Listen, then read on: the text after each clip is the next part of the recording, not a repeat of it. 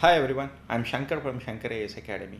I would like to discuss about what we should do in the mains and what we should not do in the mains. Based on my 13 years of experience in the paper correcting, I would like to know, I like to say that only 15 to 20% of the people really they understand the question what they are writing. Remaining 80% they write and try to dump whatever they know particular towards the particular questions rather than writing to the format. So my kind advice is please read the question properly, understand whether it is a discuss or a critical analysis or it is explained or it is a comparative analysis. Just understand the word and try to give to the question asked. Don't try to dump whatever you know. This is the first thing. Second one is write the questions. Most of the papers they write entire page in a one paragraph. First split it into the paragraphs. Paragraph may means it's not necessarily that for 8 line 10 line. Any paragraph should be only to 4 to 6 lines, or it can be a bullet format. Bullet format means not in a single one line word, it should be 3 to 3 line. The 3 line or 4 to 6 line, this is the variation you have to create in every questions. And assume that we are going to write maximum 10 point for any 10 mark questions. That is minimum 5, maximum 10 points we have to present for the particular question.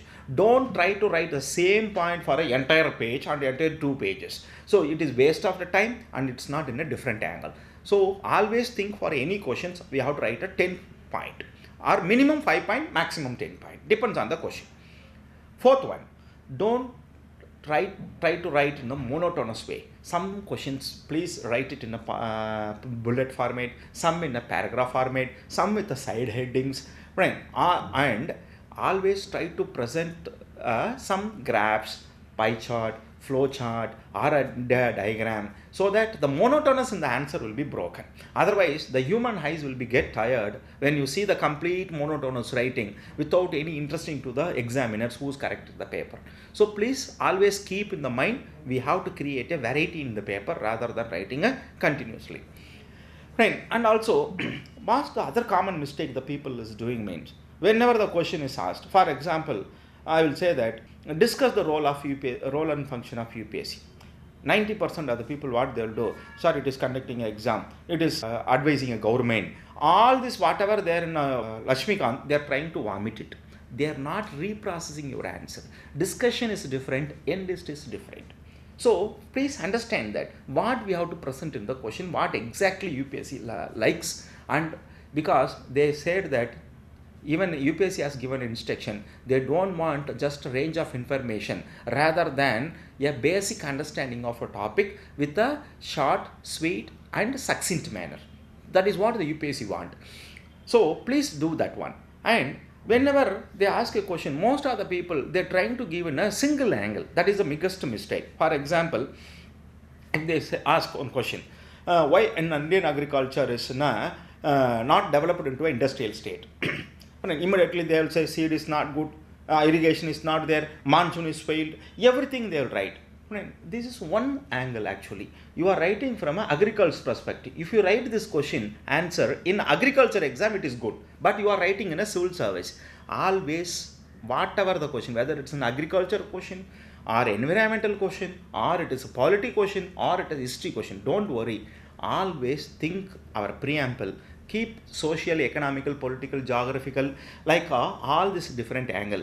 If it an agriculture question, first you write in agriculture manner, that seed or other things, then you say historical perspective. For example, British has not contributed for the agriculture development. There was a stagnation of agriculture past 100 years. That is also a point, right? In a historical perspective. Discuss in the policy perspective. Sir, MSP has spoiled, the green revolution in MSP has spoiled, sir. That is the reason it is developed only these crops are not in other areas. So most of the India is under the drought condition. Like you can see it in a political perspective, like political, economical, social. If you give in a different perspective, then only the answer is comprehensive. When you write like a scientific article, it is not a complete answer. So please always keep preamble as a thumb rule. Always write in a different angle to present your questions. Then another one is don't get frightened with the unknown questions, right? Maybe unknown question means if the word is completely unknown to you, please leave that question. But you have studied something about, for example, Udan scheme has come. Udan scheme is there. What is your opinion, Mother? I didn't read Udan scheme. What I do, don't get frightened, because you know Udan. They asked only question is, what is your opinion? Even if you are not knowing Udan principles, but your opinion is important. Something you are vaguely you know that question. So with the confidence, you try to complete in all aspect. Try to present answer. Don't get frightened by the unknown answer. Unknown answer means if you are know the concept but you are not studied properly, means don't get frightened. The civil services, it's not just knowing everything and writing. If you are know everything you are right, you will become a professor. If you able to manage the question in examination hall, then only you will become a civil servant. So my kind advice is, don't try to be a over perfectionist. And only if you know the answer I will write main. If perfectly nobody can know the answer for any questions. Only it is a art of managing the question in a different angle with a little bit creative writing to the question asked, rather than dumping the answer, and social emotional control etc. only takes to the interview level, friend. I wish you all the best. Thank you.